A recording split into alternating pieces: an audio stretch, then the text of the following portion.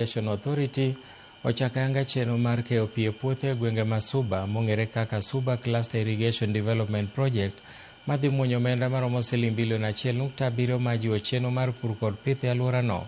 Chenro no ma ibiro tim e thuolo mar higni 2 biro konyo jopiny e gwenge ma Suba South kod Suba North e yore mag puro kothe kata pidho kothe mopogore opogore, olembe, alode kod pith mar neno ni gibedo gi mwandu e lwetgi.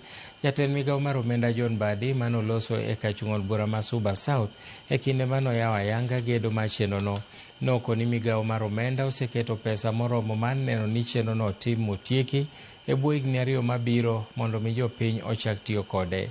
Bende nokone rowere mawuok e alworano kono mondo ikre mar biro tiyo gi pigno e chenro mag pur. To Suba Cluster ni omako nyamaji kaka Moses owachonu, Nyagidha nyaka odonje Homa Bay be Rang'wena ni kanyo. To nitie Lambwe e iye kanyo. To onego bed ni machielo dhi nyaka timo nyaka irrigation Rusinga. To bro nitie gi Nyandiwa.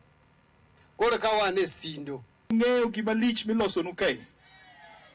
To gigi bedo biro de bed ni onge gi Mbadi Nyang'. Nikech jok moko nyisowa ni hii ni haki yenu. Ati maendeleo ni haki yenu. There is nothing special.